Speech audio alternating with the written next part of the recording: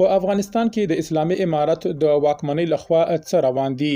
په ګمرکونو کې فساد، پوهنتونونو ته اخطار، د دولتي کارکونکو او کابل ښاریانو پر کورونو د برېښنا پرې کول، د دغو ټولو پیښو په اړه د نوموړې واکمنۍ چارواکي بیا څه وایي؟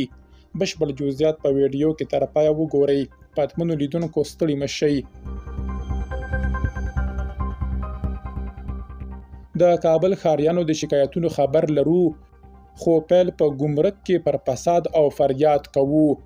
دا د ابو نصر پراهي بندر د پارکینګ وضعیت دی او ګاډیوانان وایي د ترانسپورت رئیس لخوا دغه ځای یو قراردادي ته ورکړل شو چې اوس له دوی هر یو څخه پر ګاډي 1000 افغانۍ اخلي، خو هیڅ ډول اسانتیاوي نه لري. دغه تمځای جومات، تمخونې، تشنابونه او نورې اسانتیاوي نه لري چې دوی له ګڼو ستونزو سره مخ کړي دي. بلخوا طالبانو د کابل د ښوونې او روزنې پوهنتون د متقاعدو تنقیص او ګوښه شوو استادانو او کارمنانو د بلاکونو برېښنا او اوبه قطع کړي دي. زاویه نیوز ته د رسېدلي دې لیک او نوملړ پر بنسټ لیکل کیږي چې یادو پخوانیو استادانو او کارمنانو ته د اپارتمانونو د تخلیې امر شوی او له تېرې دوشنبې ورځې راهیسې پرې اوبه او برېښنا پرې شوي دي. یاد استادان وایي په اقتصادي ستونزو سره بیره دا مهال په کابل کې د کرایي کورونو نشتوالي له ګڼو ستونزو سره مخ کړي دي.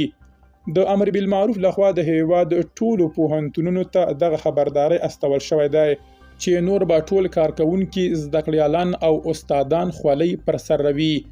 د دغې خبرپاڼې پر بنسټ تر دې وروسته به زده کړیالان، کارمنان او استادان ګیري پرېږدي او په پتلون کې پوهنتونونو ته د داخلېدو اجازه نه لري. اخوا له کابل ښار څخه زاویه نیوز ته یوې سرچینې ویلي په یوه شپه او ورځ کې د برېښنا له 14 ساعتونو څخه زیاتې پرچاوي یې ژوند ستونزمن کړی دی. دوی وایي سره له دې چې برېښنا نه لري، خو بیلونه ورته څو چنده راځي. ټول اوړی یې په ګرمۍ وسوځولو، د روښنایي او اوبو لپاره برېښنا هم نه لرو. درنو لیدونکو له مالتیا مو مننه.